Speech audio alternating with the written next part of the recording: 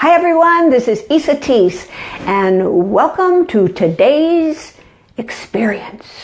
So what is it worth to you to have more money? That's our subject today.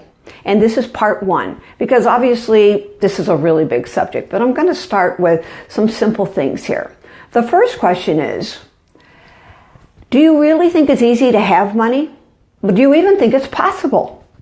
And I know you all have money, because you wouldn't be able to pay for internet to be on this video right now. But the question is, do you have as much money as you would like?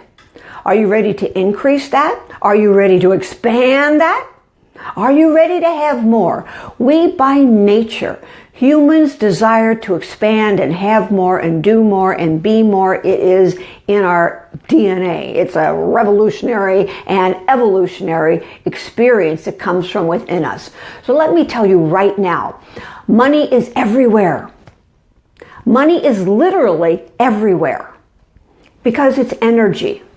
And energy is everywhere. So what has to happen is there has to be some tweaking in the way that we think if we really would like to have more money. So one of the other things you can ask yourself is, how badly do you want it? On a scale of 1 to 10, right now, ask yourself, how badly do I really want money? 1, it'd be nice to have a little bit more, I don't really care. Or 10 is, I really want more money. And notice what comes up for you when you do that scale. If you go, I really want more money, are you feeling a little bit guilty or shameful, or other people won't have it if I have it, or what do I have to do to, beat my brains out to get it, or what goes on? Not only what goes on up here, but what goes on in here? What goes on internally? What you're feeling emotionally about this? Because if you don't know what's going on inside of you about money, you're going to probably just continue to move through life trying to figure out why it never happened or it didn't happen the way that you would want it.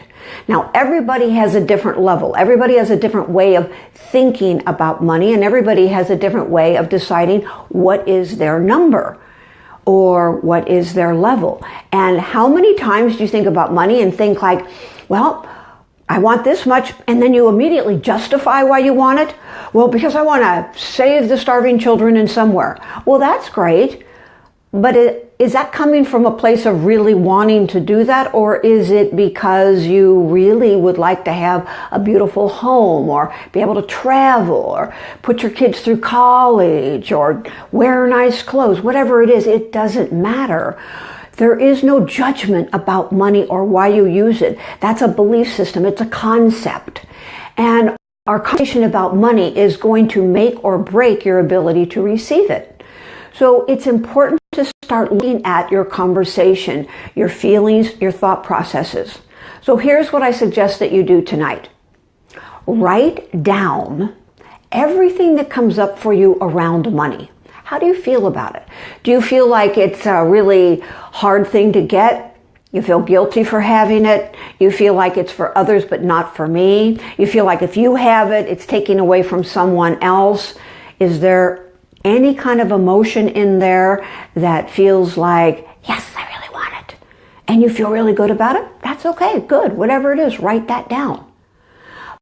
But it's important to, if you don't know what's blocking you, you're going to have a much more difficult time receiving.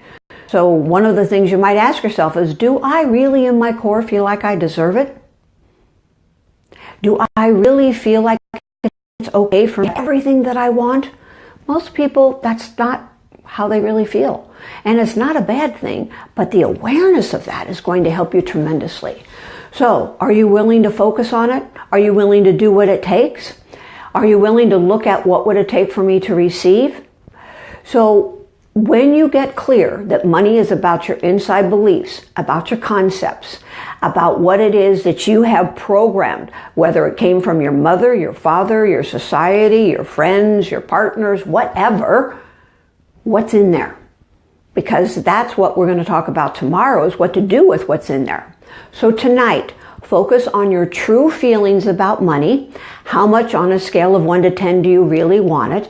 And when you write down these things that you feel about it, including the ones and primarily the ones that you feel could be possible blocks for you to have it, then I'd like you to write down next to it or on another list, what would you have to give up to have that occur? So in other words, if your thought is, I believe that I don't deserve it, then the opposing thought would be, I absolutely deserve to have it. It is my birthright.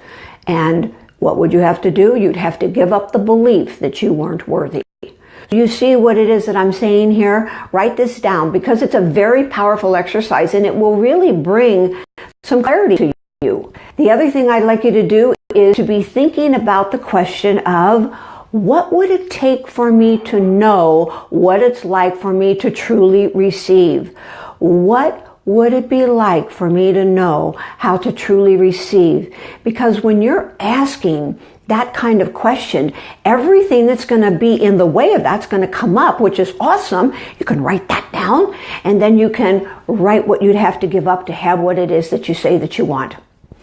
So we're going to talk about part 2 tomorrow, and we're going to take this a little bit deeper, and we're going to get you exactly where it is you want to go, because wherever it is you want to go is going to be the place that you want to be, because where I want to be might not be the same as you. Where somebody else wants to be may not be where it is that you are either.